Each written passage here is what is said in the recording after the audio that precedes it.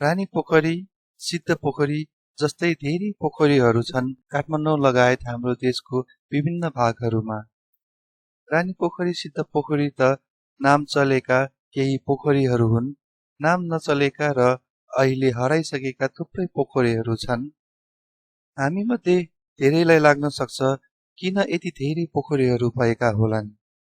मलाई कुनै समय यस्तो लाग्थ्यो कि किन हाम्रो पुर्खाहरूले ठाउँ ठाउँमा यति धेरै पोखरीहरू बनाएका होलान्। मैले कुनै किताबमा पोखरी बनाउनुको कारण उल्लेख गरेको भेटेको छैन, न त बुढापाकाले नै यस विषयमा केही भनेको सुनेको छु। सायद मेरो खोजको कमी पनि हुन सक्छ, वा यस विषयमा अहिलेका पुस्ता अनभिज्ञ पनि हुन सक्छ। जहाँसम्म मैले बुझेको छु, पोखरी बनाउनुको कारण अन्डरग्राउन्ड पानी रिचार्ज गर्नको लागि जस्तो लाग्छ। मैले एउटा डकुमेन्ट्री हेरेको थिएँ जसमा अन्डरग्राउन्ड वाटर रिचार्जको बारेमा एउटा प्रयोग देखाएको थियो। मलाई यो आधारमा यस्तो लाग्छ कि हाम्रा पुर्खाहरूले विभिन्न ठाउँहरूमा पानीको व्यवस्थापन गर्नको लागि यी पोखरीहरू बनाएका थिए। यी पोखरीहरूले सुन्दरताको साथसाथै सुक्खा याममा हाम्रो इनारमा अथवा पानीको अन्य स्रोतहरूमा पानीको कमी हुन दिँदैन थियो। धेरै वर्ष पहिले ठाउँ ठाउँमा पोखरी थिए। बर्सातमा पोखरी भरिन्थ्यो, त्यो पानी जमिनी मुनि जान्थ्यो र पछि सुक्खा मौसममा पानीको कमी हुन्नथ्यो।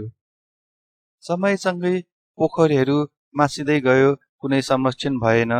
पोखरीको महत्त्व नबुझेर हो वा बुझेर पनि सबै पोखरीहरू संरक्षण गरिएन। म काठमाडौँको असन नजिक बस्छु।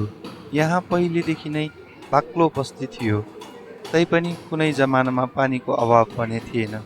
म सानो छँदा घर अगाडि इनार थियो, जहाँ 12 महिना 24 घण्टा पानी आउँथ्यो।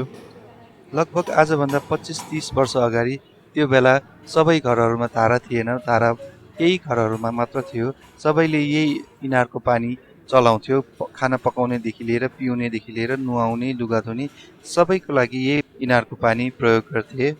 त्यति मात्र कहाँ हो र, वरपरको मोमो पसल र अन्य साना होटेलहरूले पनि साइकलमा गाग्रीहरू राखेर पानी ओसार्थ्यो। गर्मीको मौसममा चिसो इनारको पानीले नुहाउँदा मजा नै बेग्लै हुन्थ्यो। अहिले सुक्खा इनार देख्दाखेरि सम्झिँदाखेरि पनि सपना जस्तो लाग्छ। पुर्खाको नासो सम्हाल्न नसक्दा आज हामी यो अवस्थाबाट गुज्रिँदै छौँ जस्तो लाग्छ मलाई। हाम्रो धर्मग्रन्थ आदिमा कति जीवन उपयोगी कुराहरू हुन सक्छ अझै पनि, जुन हामीले राम्रोसँग निहालेर हेर्न जरुरी हुन सक्छ।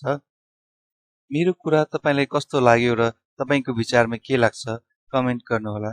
र तपाईलाई एकदम काम लाग्ने एउटा वेबसाइटको लिंक पनि छ यहाँ। यो वेबसाइट हेर्नुहोला, तपाईको दैनिक जीवनमा काम लाग्ने वेबसाइटहरूको लिंकहरू यसमा छ। धन्यवाद।